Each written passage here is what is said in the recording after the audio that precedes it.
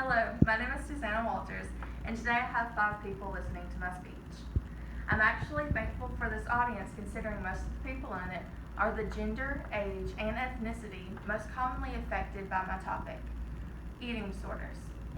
3 of the most common eating disorders are anorexia nervosa, bulimia nervosa, and binge eating disorder.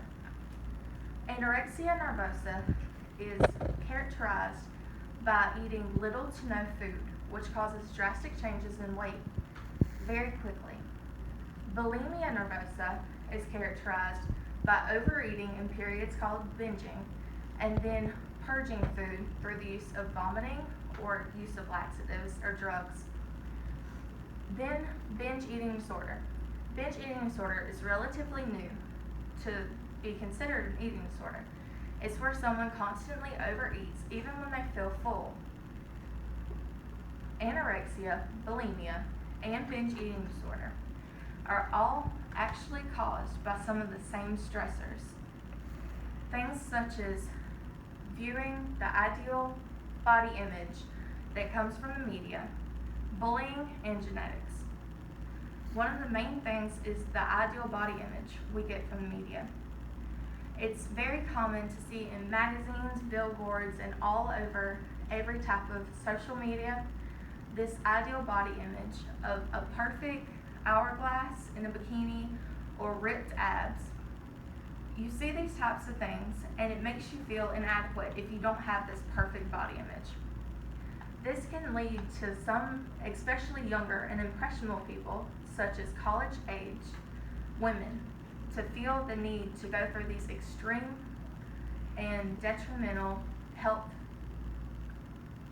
violations to achieve this body image. Also, genetics. I've learned this from a friend who is taking studies as a teacher, that people in the next generation can be affected by how their parents were raised the generation before.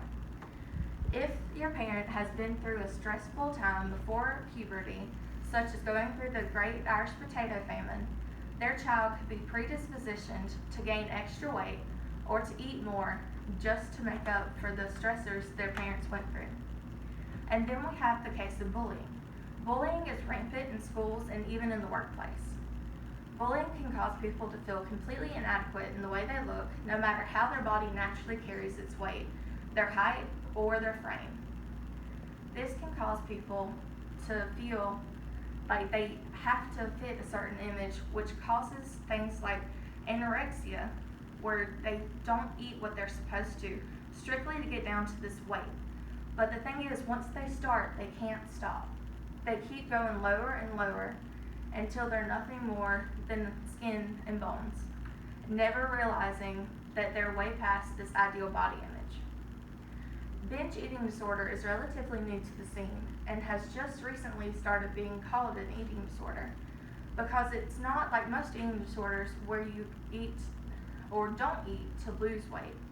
Binge eating disorder actually causes extra weight to be gained.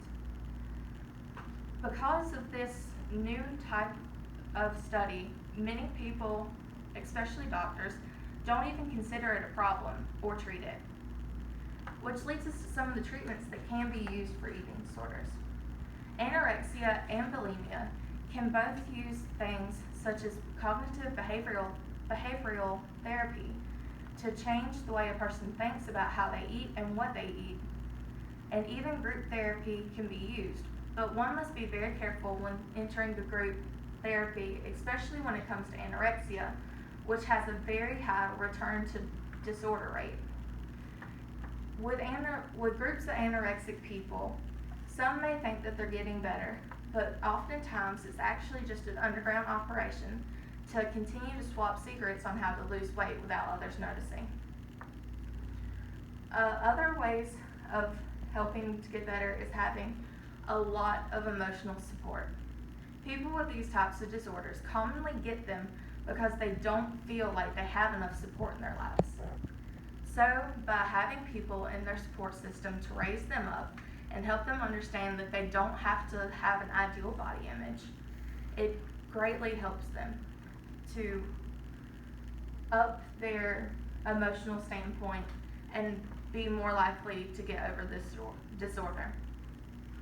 In conclusion, I'd just like to say that I hope that this speech has given everybody more information about these types of eating disorders and how they start. And I'd like everyone to know that no ideal body image is ever worth your health. Thank you very much. Yay!